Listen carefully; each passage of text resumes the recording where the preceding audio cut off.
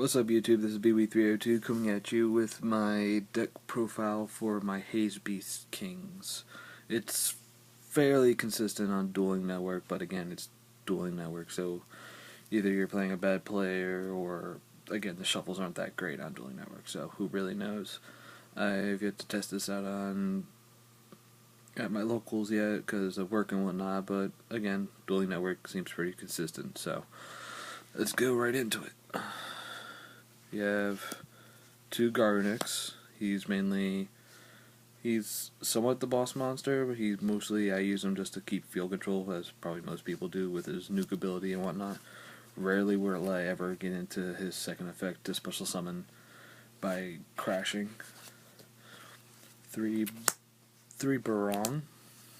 Again, allows me to he's your searcher, allows you to add consistency and such. If he's destroyed by card effect, you get to search out any Fire King card, so basically you can search out Circle, Onslaught, Garunix, whatever you need at the time. 3 Fire Dog allows you to get out those heavy beaters with 200 defense, like as you can see my Lavalval Lance Lord, or he came in a structured deck, Hippogriff, pretty decent. I run 2 of him. Originally this was 2 10-key. I've yet to test him in the deck, but he just makes sense to me because if he's destroyed and sent to the graveyard, I can get a banished fire, so basically I can see him being in the deck, but he might be more side deck worthy, just in case, my opponent, like, I use Onslaught, summon Garunix, they bottomless. It just seems to make sense to me that summon this guy, activate Circle, grab another fire, he goes to grave, his effect activates, I give back Garunix Dan. It just seems to make sense to me. Then we go into the Haze Beast, which I run 3 Cerberus. He's your searcher, and what I love about these is that they can't be targeted by your opponent's card effects. So hey, you want a Veiler? Nope, can't be targeted, so nice try with that.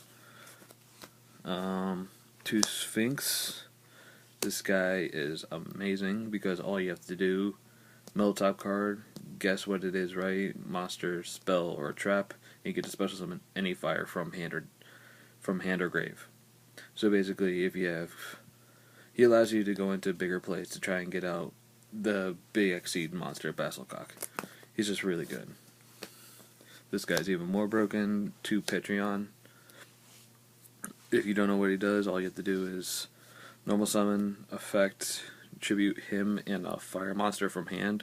Special summon 2 Haze Beast monsters from deck, which usually my targets will be Sphinx and Hippogriff or Sphinx and Cerberus. Either way, one of them is going to be Sphinx, so I can go even bigger. 2 Hippogriff. He's just a target for Fire Dog, so most of the time he's going to hit field, he's going to beat face and just take a huge amount of damage. 2 Griffin. I run enough fire monsters that, and also like field destruction, that there's going to be fire in my grave. So, and as long as my opponent controls a monster, I'll be able to do plays. So, basically you just special summon Petrion effect, special summon 2 more Sphinx effect. If you guess right, you get to special summon another level 6, overlay to Basilcock. You use Pillar effect to make him have all 5 Exceeds, which this deck, I would probably say about 7 out of 10 times could possibly be able to do that. At least on Dueling Network I've done it and people have been like, what? So, it's pretty decent. And now we go into the spells. We have, of course, 3 Onslaught, which I love about this deck is that not only can I search my Fire Kings, but I can search the Haze Beast monsters. So, activate, summon Cerberus, end phase, pop Cerberus, I get my search. So, 3 Circle to avoid all those traps or going for even bigger damage with my monsters. As many people probably know, you have Garunix in grave and Garunix on field, Circle the 1, and you already have your loop going. So, 3 Pillar for the Haze Beast monsters, so I can normal summon them without having to tribute.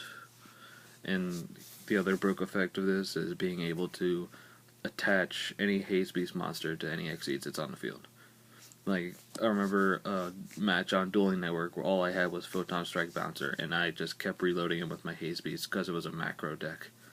And I just ended up winning because every time he activates an effect, negate with Photon Strike Bouncer, take 1,000. Activate Pillar Effect, reload, go. It just allowed me to keep field control with that. 2 Rekindling, most broke card of the deck, of course. 2 MST, 1 Heavy, the usual staples. That's Reborn Dark Hole. And traps are Trap Stun, 2 Torrential, and Judgment. Just the usual things, just the Judgment, in case they try and go big. Torrential is usually what I use for my opening play if I have it. Normally I had 10 key in this, which would be either for the 2 Hippogriff or 2 Lavalval Lancelords. I'm kind of iffy though, because late game that can be a really dead draw, because I only run 3 Beast Warriors. So why would I have 2 tanky if I only have 3 Beast Warriors? I just didn't like it, so I'm gonna try it out with the Lavalval Lancelords and see how it goes, since I can normal summon him and he just gets sent to grave at end phase. So now we go into the extra deck. Cowboy, of course. Maestro, 2 Roach, gotta love reprints. Papalopodriv, Pearl, Utopia. If I had some other thing, probably like Kachikochi Dragon, but he's just there. Black Horn, Shockmaster, 3 Basilcock, which I would say would be the second boss monster of this deck. Again, if you don't know what he does. You can summon him to however many X-Seeds. So basically, if you have 3 level 6s on the field, you can overlay all 3 of them for him to get a certain effect. So for 2, he has no like extra special effects, but you get to detach 1, and you get to banish a monster from field or graveyard. So if you're playing a Dark World player, activate effect, remove that Grapha from grave, so that he just stops plays from happening. You get 3 on him, he gains 200 for every X-Seeds. So from then on, he would get 200 per. So with 3, he would be 3,100, 4 would be 33. Biggest he would be is 35, which is pretty broke. When you have 4 on him, he cannot be targeted by your opponent's card effects, and 5, he cannot be destroyed by your opponent's card effects. So basically, when he has 5, he's basically, the only way to get around him is to beat him down, which I had him on Dueling Network one time with 5, and my opponent was like, so the only way I can kill him is by beating him over. I'm like, yeah. He's like, game 2? Because there was nothing he had in his deck to get over him, but he is definitely needed to be at a 3. 1 Swordbreaker, just because he's a Cataster, and 2 Photon Strike Bouncer, which I've already explained why he's so good in this deck. And then we go into the side deck.